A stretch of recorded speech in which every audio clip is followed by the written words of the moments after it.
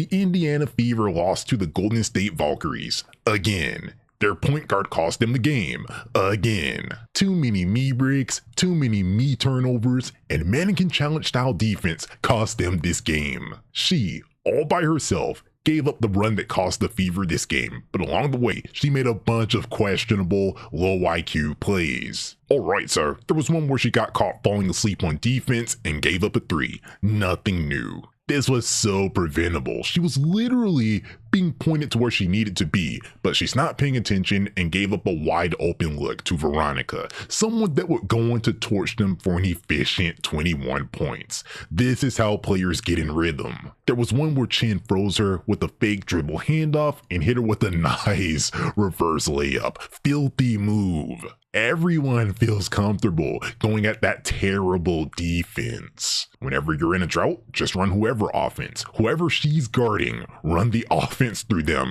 Easy buckets. There was one where her center set a moving screen, which is nothing new. Like, they let these two players get away with so much elbowing and push-offs and such. They literally don't have to play by the same rules that everyone else has to play by. But yeah, she decided to take a quick fading 3 off the inbound with 16 seconds left on the shot clock.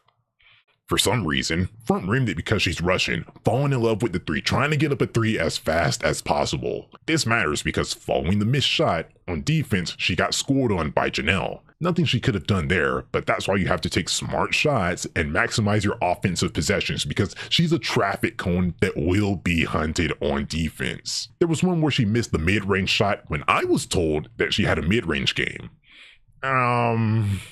No.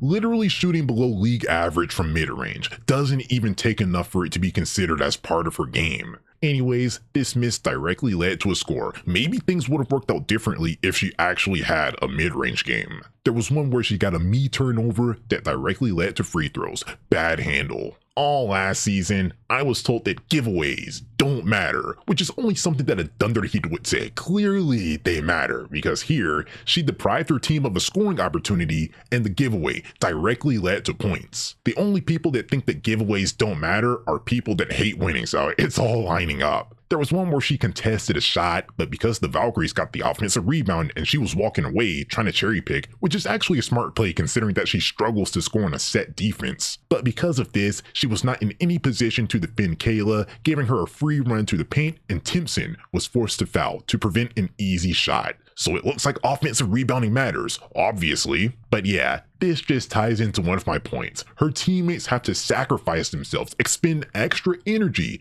to pick up for her lazy defense. I quite like this next one. There was one where she missed the pray up. Really could have used the me bound there, don't you think? Yes, she could have, because on the following possession, the Valkyries got free throws and made one, sir. That's a 3-point swing because this person didn't pass layups one-on-one. Even with how abominable she was, the Fever were still in this game down 55-50 with around 2 minutes and 30 seconds left, third quarter, actually cutting into the lead.